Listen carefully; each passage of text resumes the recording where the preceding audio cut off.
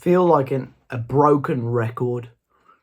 How many times this season have I had to talk about us just doing stupid things to lose a football match? And we've seen it again here today. And it's finished West Ham 2, Wolves 1. And it's becoming difficult for me to sit down, talk to you guys, to talk about this football club. In my honest opinion, a football club that should not be in this position and has been massively let down by the current management and the current board and the current structure in place at this football club at the moment. Today could have been a different result. Of course, there were very fine margins. There were things that could have gone our way, such as other VAR shouts. West Ham had a couple of goals disallowed for offside, which is the correct decision.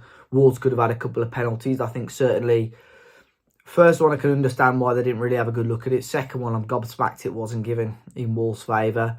But we had our own opportunities. But we also had things that we've done stupidly time and time again this season continue. And a good head coach or a good manager would see something negative and make sure it does not happen again throughout the remainder of the season. Wolves have the worst defensive record of any team in the league so far this season. Wolves have the worst record of any Premier League team so far in 2024, other than the teams that have come up or come down. It's just awful. Wolves have conceded the most set pieces out of any team so far this season. Wolves have conceded the most headed goals out of anybody so far this season in the Premier League. And what do? First goal, opening goal of the game, ball to the back post. Souček, the biggest bloke on the pitch, with a free header that loops over the goalkeeper. No one marking him. I think Sam Johnson probably has to do a little bit better for me. Just flat-footed and feet stuck to the ground. Second half, we could have probably started off a little bit better. Right, Nori with the opening. It's got to be a better cross into the box to Matt Doherty. But it's far too in front of him, really. Thankfully, we do get a goal. Doherty showing the sort of 2019, 2020 doc that we know in and around the box can be a little bit of a menace at times. Nice to get that goal to get us back in the game. But ultimately, Bowen then equalises. And you see at the end of the game, Lamina kicking off at Jarrod Bowen, kicking off at a couple of people around him. The most fight that we've seen from some of these players all season, to be completely honest. It was just another absolute disaster for Wolves and another defeat. And it almost feels numb to me right now. I feel no emotion towards what's going on. I don't feel positive. I certainly don't feel positive. I don't really feel anything towards what's going on. But ultimately, I've said before, this decision about the manager has come far too late. And I do appreciate, people that have to make the decision in regards to finding the new head coach have sort of got their hands tied behind their back, because unfortunately the guys that right at the top of the club in Guo, Guangchang and Jeff Shea and Fosun have set Wolves up in a way really where no one worth anything is going to want to touch Wolverhampton Wanderers with a barge pole. And so many people told me at the start of the season, Fosun just want Wolves to finish 17th or above and they'll be happy with that. Ultimately and respectfully, Wolves are not going to finish 17th or above. Whilst these clowns stick with this structure, they've got to pull their fingers out their arse and say, look, we fucked up. Gary, thank you very much, but it's time to go.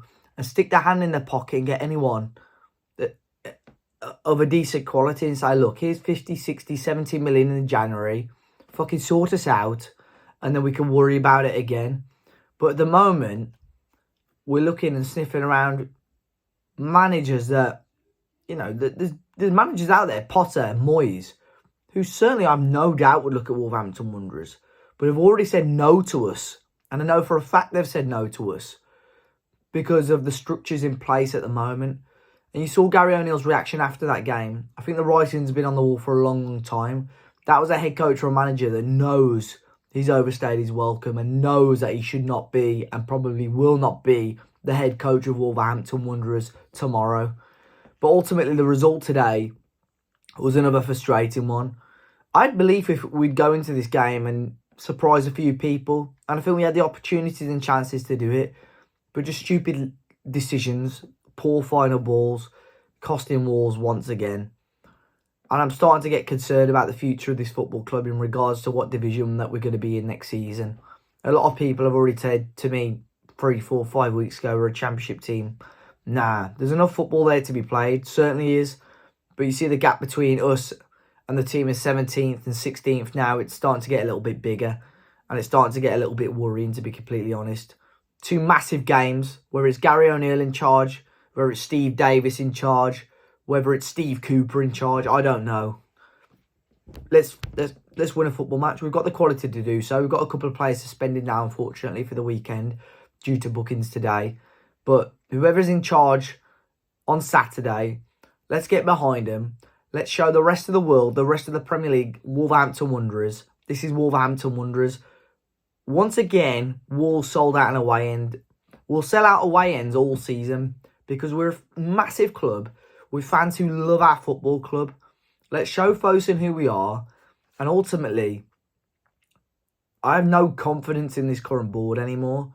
I've stuck up for them so many times on this YouTube channel, on Twitter. I've bit my tongue so many times. But the guys at the top are ruining it for all of us. If somebody wants to start a protest or whatever, fair play, go and do it. I'll back you up. I haven't got the time or the organisation to do it. So many people message me asking if I can publicise it or whatever. I haven't got the time to do that.